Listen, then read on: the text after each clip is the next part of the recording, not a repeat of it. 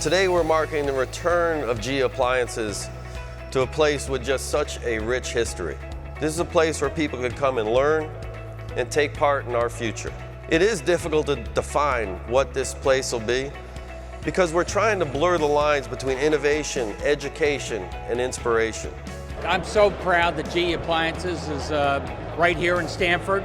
Kevin Nolan's back in his hometown. This is all about innovation. It's about giving kids an opportunity to see the amazing things that you can do at a manufactory like this.